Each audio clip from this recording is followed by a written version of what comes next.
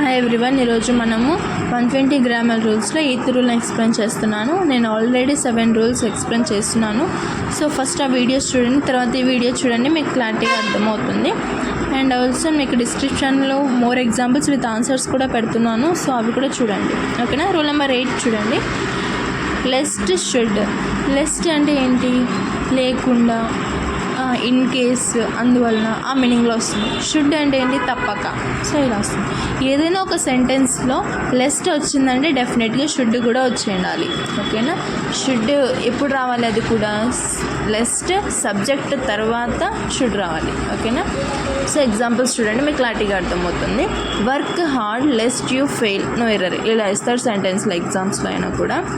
So work hard లెస్ట్ వచ్చింది అక్కడ. లెస్ట్ తర్వాత ఏముంది? యూ అంటే ఏంటి? సబ్జెక్టే కదా. సో నేను ఇందాక ఏం చెప్పినాను? లెస్ట్ తర్వాత సబ్జెక్ట్ తర్వాత షుడ్ డెఫినెట్గా రావాలి అని చెప్పినాను. సో ఇక్కడ లెస్ట్ వచ్చింది కదా, లెస్ట్ తర్వాత ఏముంది? సబ్జెక్ట్ ఉంది. సబ్జెక్ట్ తర్వాత ఏం రావాలి? షుడ్ రావాలి. సో ఇప్పుడు సెంటెన్స్ ఒకసారి చదవండి. Work hard lest you should fail, ఇది కరెక్ట్ సెంటెన్స్. ఓకే, ఎర్రర్ ఏదో కనిపెట్టేసామా? నెక్స్ట్ చూద్దాం.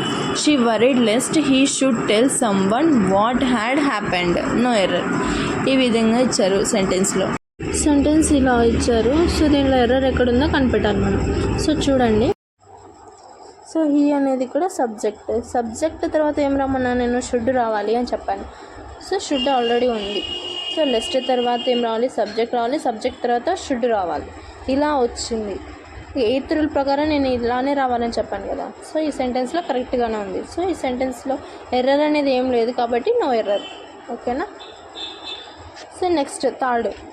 He got up early that morning lest he missed the train, ఇలా వచ్చారు. సో ఇక్కడ లెస్ట్ ఇచ్చారు.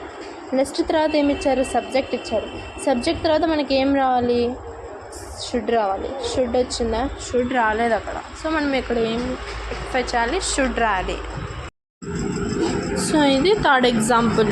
ఎర్రర్ ఎక్కడ ఉందో ఐడెంటిఫై చేస్తాము. సో నేను ఇక్కడైతే 3 ఎగ్జాంపుల్స్ మాత్రమే ఎక్స్ప్లెయిన్ చేశాను. సో మోర్ ఎగ్జాంపుల్స్ నేను డిస్క్రిప్షన్లో ఇస్తాను విత్ ఆన్సర్స్తో. సో అవి కూడా చేయండి, మీకు 8th రూల్ ఈజీగా అర్థమైపోతుంది. ఇవే కాకుండా మోర్ ఎగ్జాంపుల్ ప్రాక్టీస్ చేయండి, మీకు రూల్స్ బాగా వచ్చేస్తాయి. ఓకేనా. Thank you.